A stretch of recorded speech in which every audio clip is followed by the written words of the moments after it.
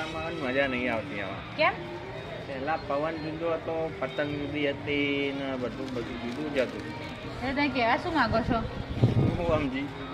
અમારે લગ્ન પહેલા બધી મજા જ હતી બરાબર. અમે ધાબે ચડતા હતા અને તૈયાર થઈ થઈને ફોટા પડાવતા હતા, બધું કરતા હતા. અને લગ્ન પછી ઊંધિયા બનાવો ને જલેબી બનાવો ને ફાફડા બનાવો ને. પણ તારે ના બનાવવું હોય તમને બપોરે લઈ આવું બહારથી.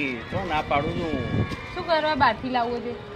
બહારથી લઈ આવું છે. ભાઈ બહારથી લઈને આવો એટલે મને એમ કહેવાનું બધાને દેખતા કે અંદર વધતા જોર આવે એટલા માટે બહારથી લાવો.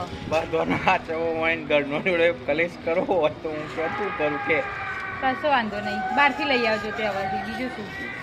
પાછળથી તો વાસણો ને બધું તો ઘસવાનું જ ને બહારથી લાવો તો. વાસણો ઊંધિયા જોડે વાસણો ડિસ્પોઝેબલ ડીશ લાવું કે બીજું તો છોકરાનું રોધવાનું બધાનું થઈ ગયું હોય તો છોકરાનું જુદું બનાવો. છોકરાનું તો રોધવું તો પડે જ ને. છોકરો થોડું ઊંધિયું પોય તારે. એટલે અમારે બકા લગ્ન પછી અમારે કકડાટ તો વધ્યો જ છે, ઓછો નહીં થયો બરાબર. તમારે એકલાનો પ્રોબ્લેમ નહીં. લગ્ન પહેલા જે હું ઉછોડમાં જે લાડવા ખાઉં, ચીકી ખાઉં, હવે છે કોઈ બને છે કોઈ એવું કે હા તો એ બનાવું, હવે લાડવા બનાવું, ચીકી બનાવું. બોલો શું ના બનાવું? બનાવી શકે. એ લાડવા ને ચીકીમાં જે મમ્મીનો પ્રેમ હતો ને એ પ્રેમ જ જુદો હતો.